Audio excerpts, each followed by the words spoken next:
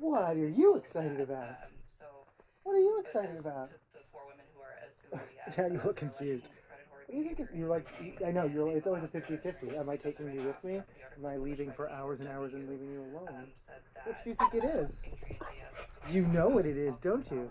You know what it is, don't you? Hi, Daisy. Yeah. Let's go on a walk. On New Year's Eve in 2020. So, yeah, allegedly, right? So, if all of that is true, that is behavior from a police chief that is absolutely unacceptable. And I do think that the move to bring in a female interim chief is strategic, in the sense that they are trying to comply with the 30 by 30 initiative.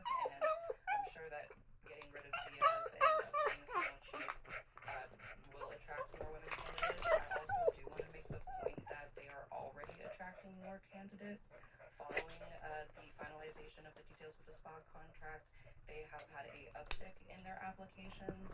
They're having an average of 15 point something applications a day now, which is a jump of, I think, about 6 since before the contract was finalized. I just realized they've already been doing more to attract candidates to SPD, and I have no idea what the data is, if those percentage of people applying are women, if it is 30%.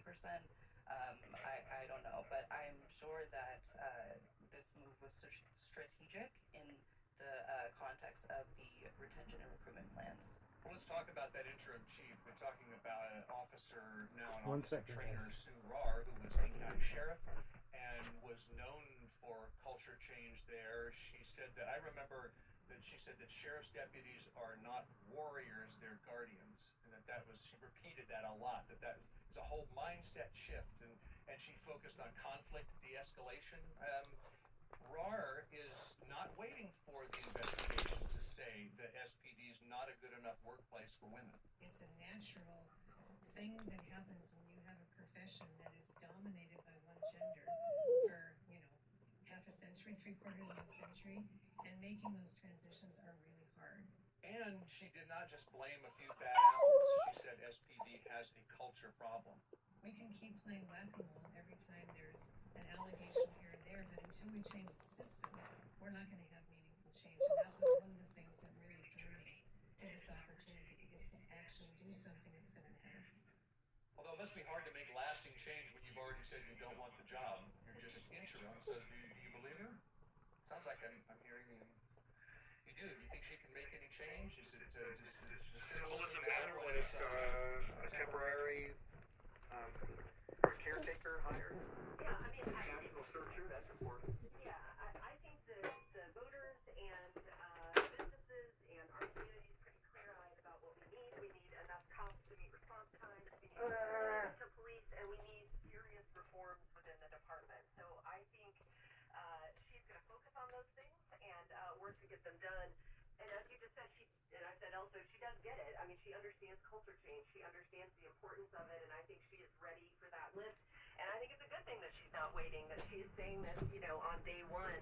And I'm really interested in what both she and Kathy O'Toole, who they're going to be bringing in as a consultant, Former Seattle police chief. indeed, what they're going to have to say about the permanent, the search, which the mayor has already announced, and what they need in a permanent chief. And I think the fact that they're running now and they're going to be able to advise on the future, I support all that. Yeah. Go ahead. Kathy O'Toole was the last outside police chief. They promoted from within. By the way, y'all are more familiar with Kathy. I've never heard anyone call her Kathy, so I've just call her Kathy O'Toole. We know, in other words, for someone who's new to Seattle, she's not, and we know her. Okay. Yes, O'Toole was the last outside police chief. There's been tension about whether or not you should be continued to promote from within. There had been a perception from that both Carmen Best, the previous police chief, and Adrian Diaz were too close with the union, with the rank and file. Need a little bit more arm's length distance as a manager. Going to the point about waiting, the SPD cannot wait. They still have a forward-facing contract that needs to Let's go this way. There's still the DOJ DOJ, the overhang of the Hi, DOJ Lizzie. settlement, and they're mostly out. Just to fill people in. The Department of Justice has been sitting on the department trying to reform it, and Seattle PD is not fully that guidance, that oversight for the last 12 years now. And then, they also, as Warren has covered, the issues of hiring. Anyway, it's a department that's got a lot to do and needs to do it now. To speak to Bill's point that Sue is going to be interim, there's a lot of reasons why she might not want the job, right? To me, it creates this obvious question of what are the implications of having somebody come in and do all of this work about revamping the culture of women in SPD, and then saying, all right, I've done all this, and then now you come in and continue on what I've been doing. It, to me, speaks to the flaw in just having a different cycle of different people coming in and just trusting that the next person coming in is going to be as committed to accountability and to solving some of these problems, which I have no idea of determining or knowing if that is going to be the case. But the idea that we have problems today and we have to act now is, I fear, going to create bigger problems down the line, because we can say, oh, we have this problem with accountability, oh, we have this problem with sexual harassment and SPD being a boys' club, and we're still going to throw all this money at SPD because we have to solve these problems now today. You're talking about raising their salary? Right, raising on the retroactive pay and all of the details of the style contract, as well as the recruitment and retention plans. And I want to bring this up, and I don't know if I'll be able to, so I'll just bring it up now. But part of the recruitment plan is they're working on trying to find a way to factor affordable housing and housing development for officers that are coming into SPD, so that they're able to offer them something, right? And there's no final details with that from what I know now, but I did hear that being mentioned when they presented to the Public Safety Committee, and I'm talking about SPD's recruitment team.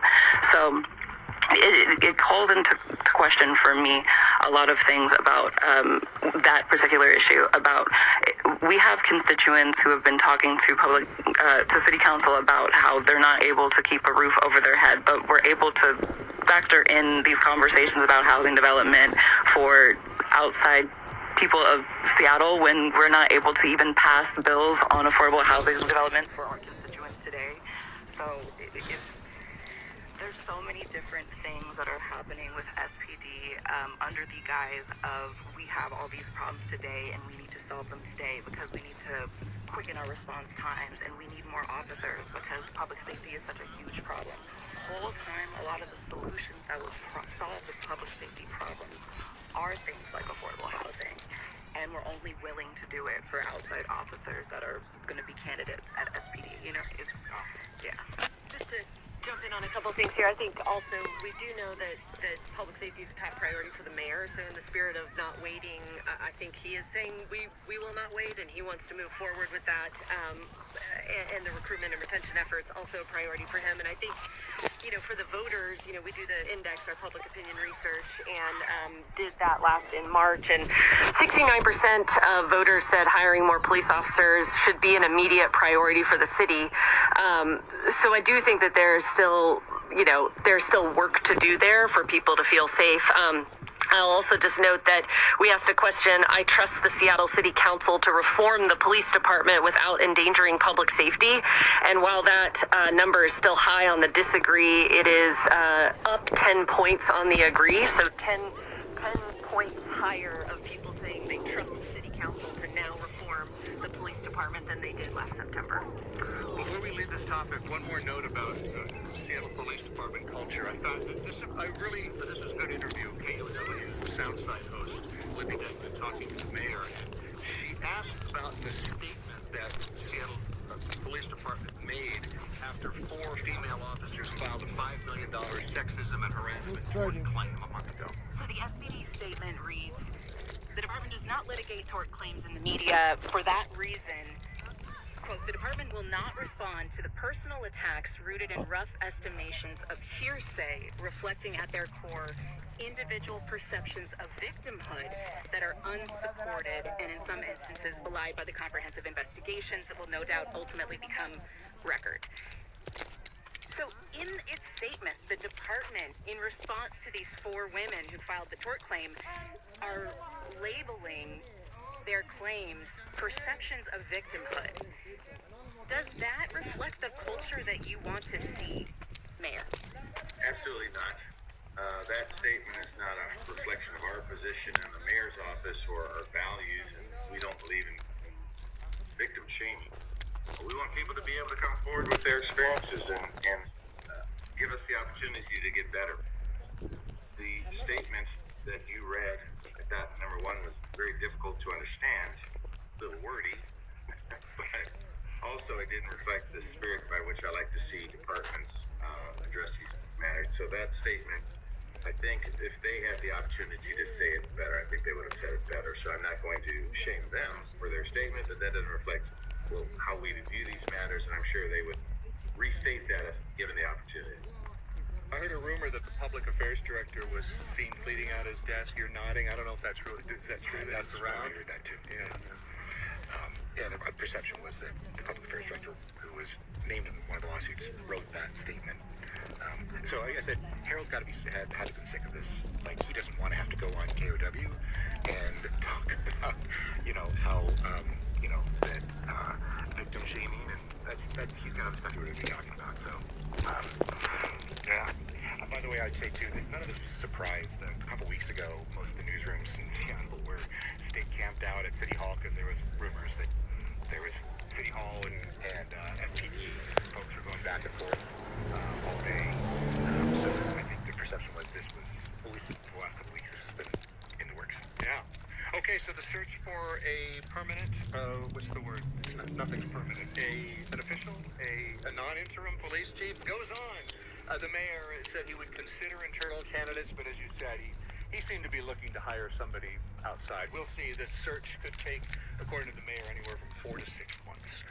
Let's take a little break here on KUOW's Week in Review. We're talking to the Seattle Times' Jonathan Martin there, and South Seattle Emerald's Lauren Bray, and the Seattle Metropolitan Chamber of Commerce's CEO Rachel Smith. I'm Bill Radke. We're streaming the show on YouTube. Search KUOW Public Radio. We'll be right back. 728 KUOW 94.9. Josh Gibson has long been viewed as one of baseball's all-time greats. But the Negro League superstar's accomplishments are often viewed through the frame of legends and anecdotes, not the hard stats that baseball history is built around. Now, Gibson is officially baseball's all-time batting average leader. Talk to his great-grandson about what it means, and on All Things Considered from NPR News. Tomorrow afternoon at 5 o'clock. Support for KUOW comes from Taproot Theater, presenting Sherlock Holmes and the Precarious Position, based on the stories of Sir Arthur Conan Doyle. 4 actors play all the characters in this battle of wits, extended through June 22nd. More at taproottheater.org. The support for KUOW's car donation program comes from local Kia dealers, introducing the all-electric EV6 with a vehicle-to-load function that turns the EV6 into a mobile power source. More information at kia.com. It's KUOW's Week in Review. I'm Bill Radke. We never stop chit-chatting. We're working stuff out here on when the microphones are off. So we were just talking about Seattle's looking for a new police chief. And then in the break, we were talking about Seattle looking for a new King County Regional Housing Administrator, if that agency's even going to last. What's going on with that? Who would want that job? Yeah, tell me what you think about this vacancy. Well, I'll say a couple of things. One, I think it's important to remember that before KCRHA, the King County Regional Homelessness Authority, was created, there were decades of fragmentation in the homeless response system. Every consultant the government hired, from Mark Poppy to McKinsey, we all remember those names, said the same thing: status quo is not working. And the purpose of the new NUP, when it was being created, you sort of boil it all down, was to take a regional approach to have shared metrics of success and be able to deliver results from the contracts that the providers have, to reduce some of the politics in the conversation and to be a real public-private partnership. And I still think all of that is true. But we also have to be honest that success isn't moving at the speed or at the scale that we need. The next CEO is going to need, I believe, a new functioning governance structure that won't hinder the funding and the operations and the coordination that the agency was meant to foster. And we, as the Seattle Metro Chamber, support making those kinds of changes to the governance and to the organization, scope, etc. The CEO search process has been underway and is likely to conclude next week. So there should be... they advanced a candidate last week, didn't they? Indeed, they did. I've been on that search committee as well. Out of D.C., out of... Correct. And so I don't want to presuppose the final outcome of that. It's been a confidential process.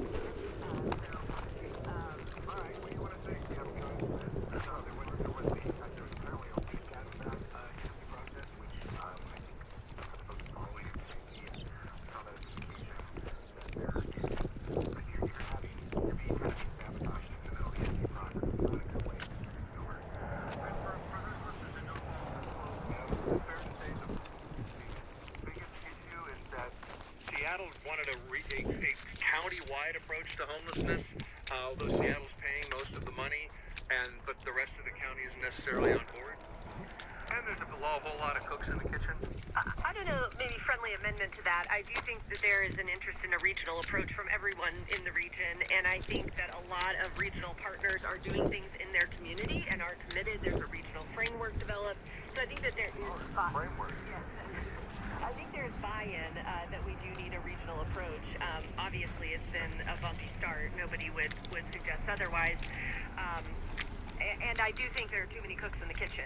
And so that's that governance structure change. There may be buy-in, but there's not a lot of dollars from not many of the regional cities. I think it's how you look at investment, though. So there's dollars is one kind of investment. Also, I think about the Mayor of Redmond, for example, who has cited 2 permanent supportive housing facilities in her city and taken some slings and arrows for that. And I think it's wonderful that she's done that. And so she's spending a lot of political capital to get that done. Yeah, sure. And King County can't, the Dow County can't just say, hey, Mercer Island, do it. Yeah, I was a little bit surprised in this process too. It feels like there's some turbulence from City of Seattle too. City of Seattle has been the largest funder, in on the ground floor, and I think that the previous council may have been more interested in the current one about distancing even further from KCRHA. That's the perception. Correct if I'm wrong, but I think it feels like there's an issue of control for city council members, putting money in and allocating the money and then just offloading it to this other entity, which has had administration problems, not cutting contracts, not finishing contracts, not getting dollars out the door, and their biggest single effort to end to address homelessness downtown also kind of blew up. So I'm not quite sure what the relationship with the City of Seattle and KCRHA going forward, but it feels like that's going to be something the next CEO is also going to have to address. Okay, I got to be a bad guy because we got to move on. We got other things to talk about as well. Seattle Public Schools community meetings on these proposed elementary school closures, like a quarter of the elementary schools, possibly. We'll see. That got off to a bumpy start this week with hundreds of parents in the Roosevelt High School auditorium trying to get answers on Tuesday. And KUOW's education reporter Sammy West said it was tense. Even before the meeting started, dozens of parents rallied outside, fighting for their schools. Keep schools open! And the night ended with frustrated parents booing and shouting at Superintendent Brent Jones and other district leaders. This has been a conducive environment to have a back and forth like that. So we'll have a conversation out there. In a brief presentation, district officials reiterated their belief that closing up to 20 elementary schools is essential to to address the district's financial crisis. And they acknowledged staff cuts will also be necessary. After the meeting, many parents said they were disappointed it wasn't more of a conversation. Megan Campbell is the mom of a first grader at Laurelhurst Elementary. I think people feel a little cheated coming here, but it's also very important. Okay, I already predict that the Zoom will not have any. They won't. You won't have any. You will only be able to chat with moderators. It will not be an open forum. I predicted that. It's gonna. That's what SPD does. That's what they. Yeah. No, we're gonna do that. Yeah. No. Well, I just want to say that this is a regressive we're going to show you a tax presentation. even for the We're rich not going to and never call it a adequately funded forum education. and pretend that we took your input. SPS is underfunded at the state level and the district level, and there was actually a lawsuit, McCleary versus Washington, in which the King County Superior Court ruled that the state was not fulfilling its obligation to fully fund education in the state. So I just want to make it clear that all of this is happening under the umbrella of all of that, right? So it's created this like crabs in a bucket situation where people are essentially having to advocate for the elementary school that their kid goes to, and so white parents are typically getting what they want out of that advocacy, and there's like a history of that happening where white parents in historically districts that have not been redlined, and the city is mostly divided by redlining, so there's a lot of there's some people of color within those groups whose voices are getting tokenized as well. So there's kind of this co-opting of narratives that the poor black kids are losing out. And you heard this a lot in COVID, during COVID, where there was a push to get kids back into school because the poor black kids were losing out on remote learning.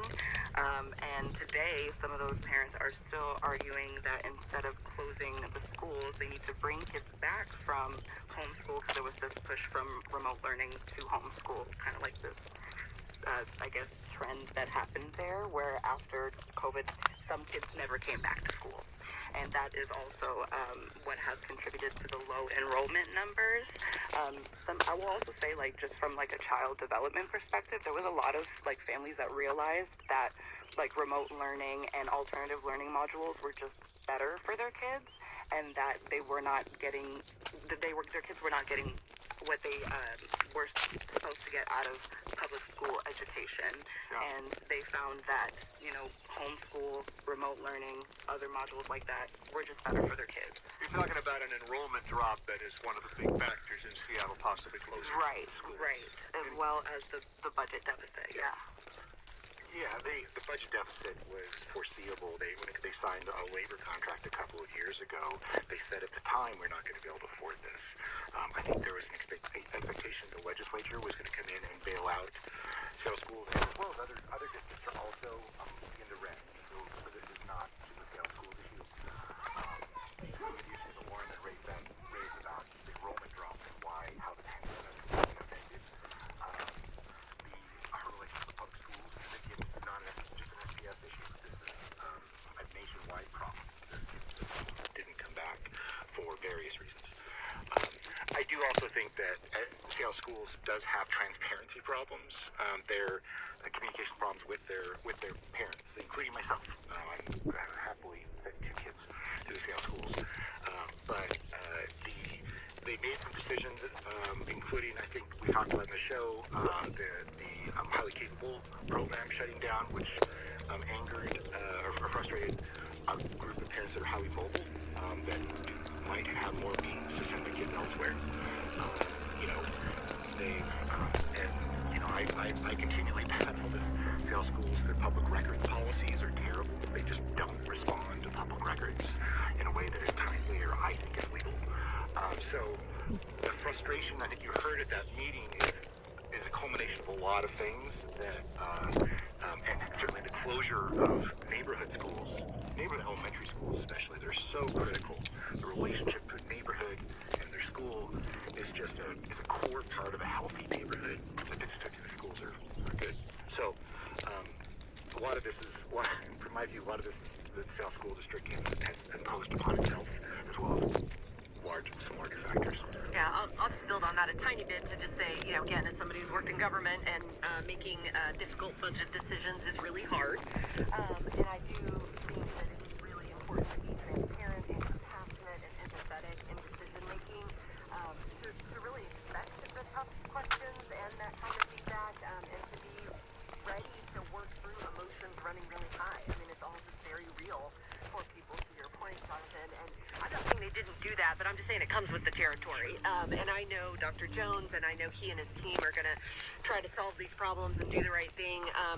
And while the engagement process, I think, seems like it's been off to a little bit of a difficult start, I think they'll navigate it. And I understand there was like a meeting last night. I think it went better. Yeah.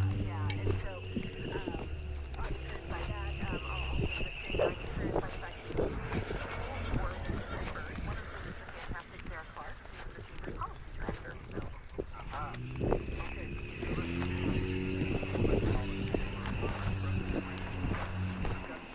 Jonathan Martin here, South Seattle Emerald reporter Lauren Bray on KUOW's Weekend Review. Our next topic is money is tight for you right now, and somebody gave you $500 a month, no strings attached. What would you do with it? Well, this week KUOW's Economy Podcast told us about local pilot programs that give low-income people $500 a month for about a year.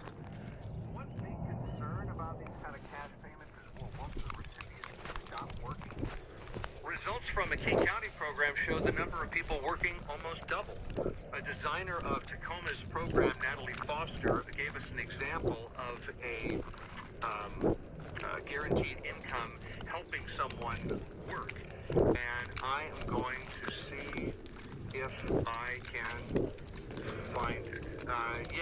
Here is, she's talking about a recipient who wanted to be you'll hear what her career goal is. I can't spell it, but I can define it as drawing blood. And she... Phlebotomist, by the way, is the word. The word was phlebotomist. She had been going to the community college to get her phlebotomy certificate and had fallen behind on tuition by $300 because of a car emergency that she'd had. So she put that dream on hold because she didn't have $300 to go in and pay for that tuition. And she got the first check. She walked down to the community college. She paid the $300. She re-enrolled in her phlebotomy classes. And she is now a phlebotomist. Like, that is an example of what it means to be able to invest in yourself and pursue a dream and find meaningful work when you have just a little bit more breathing room. Anybody think guaranteed income is a coming trend? I hope so. I really hope so. I think that it is a great idea, and there's data that shows that it is effective. Data shows that when you give people money, they want to work more and not less. And traditionally, the argument against guaranteed income was that people would not work if they had a steady check coming in. We have data that shows that that's not true. And there's also data that shows the mental health impact is great as well. When people are not impacted by their finances, their mental health improves. And yeah, I'm all for it. I'm glad you brought that up because this isn't, that's a big concern. It's some people's stopping point, they say, is that people are going to misspend this money, that they're not going to work. But just, stability and predictability is just so huge. It's a financial, but it's also, as you said, a mental health issue. The ability to take your kid. Yeah, go ahead. I was going to say, most people can't afford a $400 emergency. I forget what was the incident, one of the articles for the Emerald, so really follow me. There's data that shows that most people cannot afford a $400 emergency, and the program that was done was, I think, $500 a month. Yep. So if you have an emergency every single month, that is only going to cover that. Like, people are not able to pay all of their rent with this, or, it'll buy groceries twice a month. It's not this big sum of money. I actually wrote a story about UBI, Universal Basic Income, back in my late 90s when I was covering welfare reform. If you remember that, the Clinton era changes in welfare policy, which really tied income from the government, anti-poverty income, to work. And I wrote about this because the UBI UBI is the opposite philosophy of that. It's been around for almost 100 years, and it certainly got more kind of popularized with Andrew Yang running for president in 2016. The relationship between work, the expectation of work requirements or engagement with the labor market when you're getting public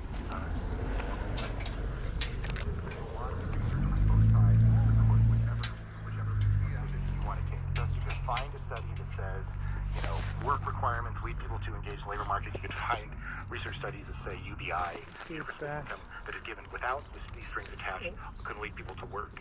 I know from covering social services and poverty for a lot of years, the ability to adapt to crises when you're operating on a shoestring is extraordinarily tough and causes people to make decisions that cost them money. Right. I think about like banking, where if you're not able to have predictable income and able to engage with the bank, you buy banking services that are 10 times more expensive than if you had predictability in that income.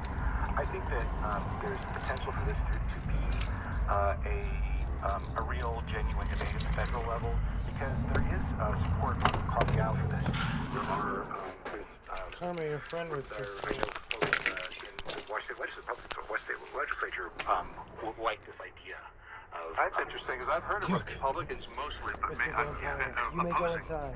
Yeah, I mean, Mitt Romney has had a kind of the Mitt Romney world, and that type of politician has had a reasonably warm relationship. This is not either. There is no so there is a possibility of this being a kind of a more centrist anti-poverty program. I would just add, there's the stuff happening in our own backyard here, but also we just took a chamber trip to South Korea, and we were briefed on a number of their they call them their welfare programs. It's different than us, obviously, but they had something that was called the Seoul Safety Pilot Program, which provides financial support to households trailing behind the minimum income standard by supplementing a certain percentage. They also have the Seoul Emergency Welfare Support Program, which provides financial assistance to low-income households in crisis due to sudden events. Obviously, Seoul and Korea is very different. It's apples to oranges, but I think there's interesting models that are being experimented with around the globe. So I think we can look at some of the stuff that's happening in our backyard, but also look more globally at some of these other experiments that are happening. We asked some KUOW listeners, what would you do with $500 a month? And Heather said, I'd invest in my health, put it towards a better, more comprehensive health insurance plan. I can only afford the most basic care coverage right now. Jan said, toward purchasing and paying for a hybrid EV for me and one for my college-age daughter, 2 more fossil fuel hog cars off our roads. Shelley says an extra $500 a month would let me see a dentist for the first time in 14 years, get new glasses for the first time in 10 years, get a used couch instead of sitting on crates, be able to afford healthy food and take better care of myself. And Marion says, I'm going to toward transportation, job interviews, pay a babysitter, and buy a cup of coffee. So, you can join our community feedback club. We sometimes ask you about your thoughts on the week's news. You just text the word club to the number 206-926-9950.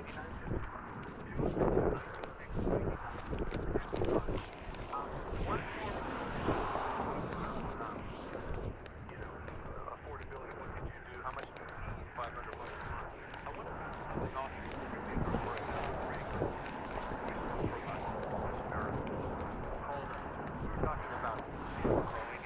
buying, and this listener was asking, do we really need to grow?